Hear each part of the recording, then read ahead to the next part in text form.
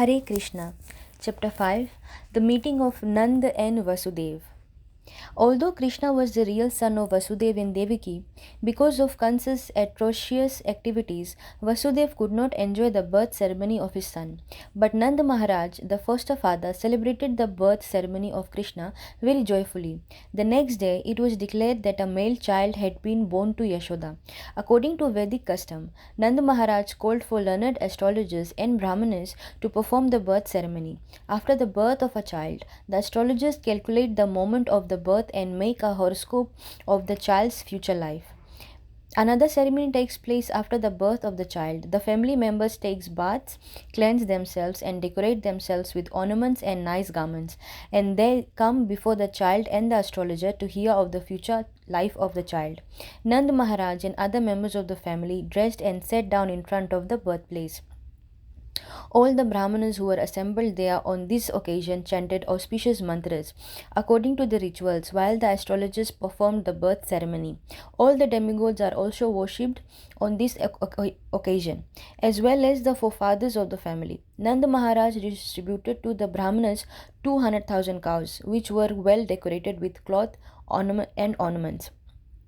He gave the Brahmanas not only cows in charity, but also hills of grain decorated with ornaments and golded bordered cloth. In the material world, we possess riches and wealth in many ways, but sometimes not in very honesty and pious ways, because that is the nature of accumulating wealth. According to Vedic injunction, therefore, one should purify such wealth by giving cows and gold in charity to the Brahmanas. A newborn child is also purified by gifts of grains in charity to the Brahmans. In this material world, it is to be understood that we are always living in a contaminated state. We therefore have to purify the duration of our lives, our possession of wealth, and our self. We can purify our duration of life by taking a daily bath and cleansing the body inside and outside and accepting 10 kinds of purificatory processes. By austerities, our worship of the Lord, and by distribution of charity, we can purify the possession of wealth. We can purify ourselves by studying the Vedas in order to understand the absolute truth and achieve self realization. It is therefore stated in the Vedic literature that by birth everyone is born a Sudra, that by accepting the purificatory process one becomes twice born, that by studying the Vedas one becomes a Vipra, which is the preliminary qualification for becoming a Brahman, and that when one perfectly understands the absolute truth, he is called a Brahman. And when the Brahman reaches further perfection, he becomes a Vaishnava or a devotee. In Krishna's birth ceremony, all the assembled Brahmanas began to chant different kinds of Vedic mantras to invoke all good fortune for the child. There are different kinds of chanting known as Suta, Magad, Vandi, and Virudhavali. Along with this chanting of mantras and songs, bugles and kettle drums sounded outside the house. On this occasion, the joyous vibrations could be heard in all the pasturing grounds and all the houses. Within and outside of the houses, there were varieties of artistic paintings done with the rice pulp, and scented water was sprinkled everywhere, even on the roads and streets. Ceilings and roofs were decorated with different kinds of flags, festoons, and green leaves.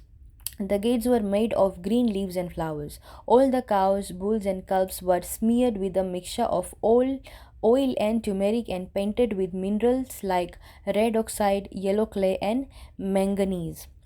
They wore garlands of peacock feathers and were covered with nice colored cloths and gold necklaces. When all the ecstatic cowherd men heard that Nand Maharaj, the father of Krishna, was celebrating the birth ceremony of his son, they became spontaneously joyful. They dressed themselves with very costly garments and ornamented their bodies with different kinds of earrings and necklaces and wore great turbans on their heads. After dressing themselves in gorgeous ways, they took various kinds of presentations and thus approached the house of Nand Maharaj. As soon as they heard that Mother Yashoda had given birth to a child, all the cowherd women became overwhelmed with joy, and they also dressed themselves with various kinds of costly garments and ornaments and smeared scented cosmetics on their bodies. As the dust on the lotus flower exhibits the exquisite beauty of the flower, all the gopis or cowherd women applied the dust of kumkum on their lotus like faces. These beautiful gopis took their different presentations and very soon reached the house of Maharaja Nand. Overburdened with their heavy hips and with swollen breasts, the gopis could not proceed very quickly towards the house of the Nand Maharaj. But out of ecstatic love for Krishna, they proceeded as quickly as possible. Their ears were decorated with pearl rings, their necks were decorated with jeweled lockets, their lips and eyes were decorated with different kinds of lipstick and ointment, and their hands were decorated with nice golden bangles. As they were very hastily passing over the stone road, the flower garlands which were decorating their bodies fell to the ground, and it appeared that a shower of flowers was falling from the sky. From the movement of the different kinds of ornaments on their bodies, they were looking still more beautiful. In this way, they all reached the house of Nanda Yashoda and blessed the child. Dear child, you live long just to protect us. While they were blessing child Krishna in this way, they offered a mixture of turmeric powder, oil, yogurt, milk, and water.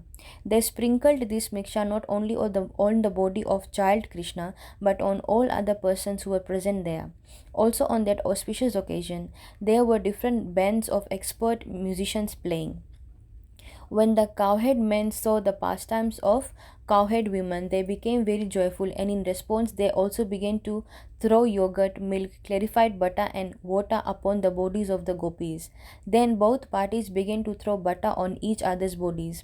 Nand Maharaj was also very happy to see the pastimes of the cowhead men and women, and he became very liberal in giving charity to the different singers who were assembled there. Some singers were reciting great verses from the Upanishads and Puranas. Some were glorifying the family ancestors, and some were singing very sweet songs. There were also many learned Brahmanas present, and Nanda Maharaj, being very satisfied on this occasion, gave them different kinds of garments, ornaments, and cows in charity. It is very important to note in this connection how wealthy and the inhabitants of Vrindavan were simply by raising cows. All the cowhead men belonged to the Vaishya University, community, and their business was to protect the cows and cultivate crops. By their dress and ornaments and by their behavior, it appears that although they were in a small village, they still were rich in material possessions. They possessed such an abundance of various kinds of milk products that they were throwing butter lavishly on each other's bodies without restriction. Their wealth was in milk, yogurt, clarified butter, and many other milk products, and by trading their agricultural products, they were rich in various kinds of jewelry, ornaments, and costly garments. Not only did they possess all these things, but they could give them away in charity lavishly as did Nanda Maharaj. Thus, Nanda Maharaj, the foster father of Lord Krishna, began to satisfy the desires of all the men assembled there. He respectfully received them and gave them in charity whatever they desired. The learned Brahmanas, who had no other source of income, were completely dependent on the Vaishya community for their maintenance, and they received gifts on such festive occasions as birthdays and marriages. While Nanda Maharaj was worshipping Lord Vishnu on this occasion and was trying to satisfy all the people there, his only desire was that the newborn child Krishna would be happy. Nanda Maharaj had no knowledge that this child was the origin of Vishnu. He was praying to Lord Vishnu to protect him. Rohini Devi, the mother of Balram, was the most fortunate wife of Vasudev. She was away from her husband, yet just to congratulate Maharaja Nanda on the occasion of the birth ceremony of his son Krishna, she dressed herself very nicely. Wearing a garland, a necklace, and other bodily ornaments, she appeared on the scene and moved hither and thither. According to the Vedic system, a woman whose husband is not at home does not dress herself very nicely. But although Rohini's husband was away, she still dressed herself very nicely on this occasion. From the opulence of the birth ceremony of Krishna, it is very clear that at that time, Vrindavan was rich in every respect. Because Lord Krishna took birth in the house of King Nand and Mother Yashoda, the goddess of fortune was obliged to manifest her opulences in Vrindavan. It appeared that Vrindavan had already become a site for the pastimes of the goddess of fortune. After the birth ceremony, Nand Maharaj decided to go to Mathura to pay the annual tax to the government of Kansa. Before leaving, he called for the able cowhead men of the village and asked them to take care of Vrindavan in his absence. When Nanda Maharaj arrived in Mathura, Vasudev got the news and was very eager to congratulate his friend. He immediately went to the place where Nanda Maharaj was staying. When Nanda saw Vasudev, he felt that he had regained life. Nanda, overwhelmed with joy, immediately stood up and embraced Vasudev. Vasudev was received very warmly and offered a nice place to sit.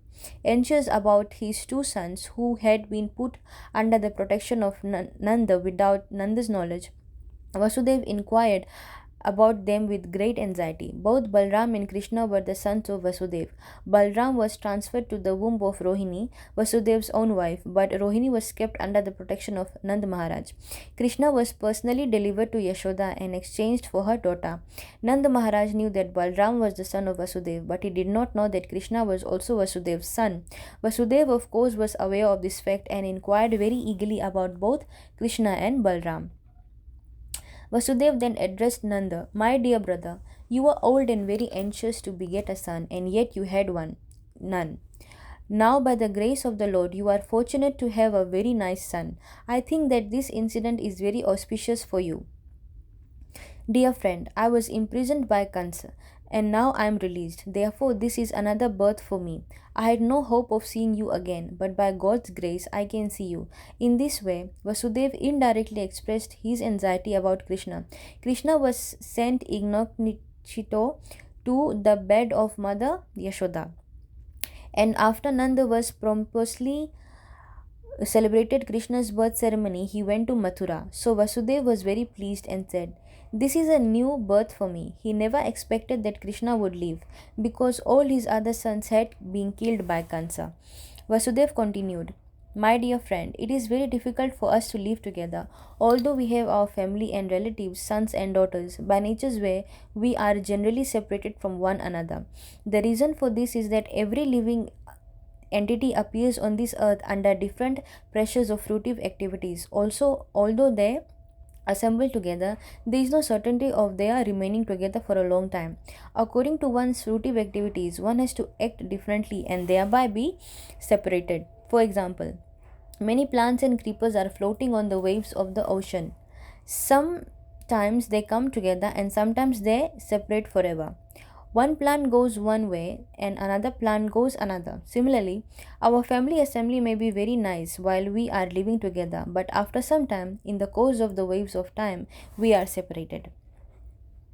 The purport of this expression by Vasudev is this: although he had 8 sons born in the womb of Devaki, unfortunately they were all gone. He could not even keep his one son Krishna with him. Vasudev was feeling his separation, but he could not express the real fact. "Please tell me about the welfare of Vrindavan," he said. "You have many animals. Are they happy? Are they getting sufficient grass and water? Please also let me know whether the place where you are now living is undisturbed and peaceful." This inquiry was made by Vasudev because he was very anxious about Krishna's safety. He knew that Kansa and his followers were trying to kill Krishna by sending various kinds of demons. They had already resolved that all children born within the 10 days of the birthday of Krishna should be killed. Because Vasudev was so anxious about Krishna, he inquired about the safety of his residents. He also inquired about Balram and his mother Rohini, who were entrusted to the care of Nand Maharaj. Vasudev also reminded Nand Maharaj that Balram did not know his real father. "He knows you as his father, and now you have another child, Krishna, and I think you are taking very nice care of both of them."